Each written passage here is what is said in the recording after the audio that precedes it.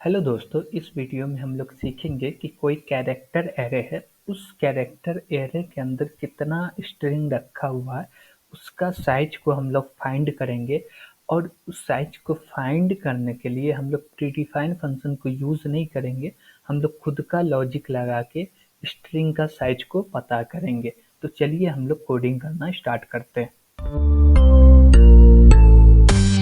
सबसे पहले हमको हेडर फाइल इंक्लूड करने की ज़रूरत है, जिसका नाम है stdio.h।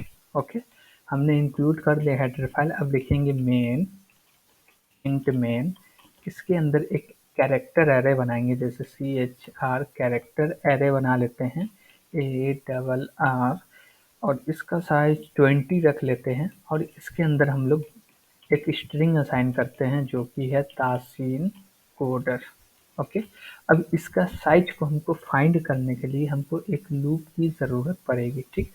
और साइज को रखने के लिए एक वेरिएबल की ज़रूरत पड़ेगी, जो कि हम लोग बना लेते हैं इंट टाइप का len लेन। इसके अंदर अभी फ़िलहाल 0 असाइन कर दिए। अब एक लूप लगाएंगे। लूप के अंदर हम लोग पहले खाली छोड़ देंगे, क्यों? क्योंकि len के अंदर 0 पहले से असाइन कर चुके हैं, इसलिए इसको खाली छोड़ देंगे। और लिखेंगे ARR स्क्वायर ब्रैकेट, इसके अंदर हम लोग लिखेंगे len लेन और सेमी कॉलन लगाएंगे, फिर len को हम लोग प्लस प्लस कर देंगे। ओके, और लास्ट में इसमें भी सेमी कॉलन लगाएंगे। अब लिखेंगे प्रिंट ऑफ, और इसके अंदर हम लोग प्रिंट कर देंगे लैन।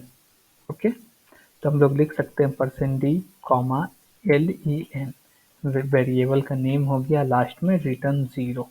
ओके, अब हम लोग थोड़ा सा कोड को समझ लेते हैं। अभी यहाँ पे देखिए कि len का वैल्यू क्या है, 0 है, ठीक। अब यहाँ पे इसलिए इसको कुछ नहीं लिख रहे। अब हम यहाँ पे क्या चाहते हैं कि यहाँ पे इनिशलाइज नहीं कर रहे, तो हम लोग यहाँ पे इनिशलाइज कर सकते थे, जैसे len में असाइन कर दो 0। ओके, यहाँ पे हम लोग लिख लिए। ओके, इसलिए इसको खाली छोड़े। तो अब इसको इनिशलाइज कर लिए। दूसरा जो कंडीशन है वो समझते कि है क्या। अब देखिए कि ये मेरा कैरेक्टर एरे, तो कैरेक्टर एरे में जितना कैरेक्टर होता है उसके लास्ट में एक कैरेक्टर होता है जिसको हम लोग नल कहते हैं, जिसको नल कहा जाता है, ठीक। और जब भी नल आता है उस टाइम पे कंडीशन फॉल्स हो जाता है, यानी कि नल का मतलब 0। और जब भी लूप में 0 आता है कंडीशन की जगह पे, तो वो फॉल्स हो जाता है, ठीक। अब यहाँ पे हो क्या रहा है, जैसे देखिए ARR len का वैल्यू क्या है, 0। तो 0 इंडेक्स पे जो वैल्यू है उससे रिप्लेस हो जाता है, यानी कि यहाँ पे पूरा रिप्लेस हो गया।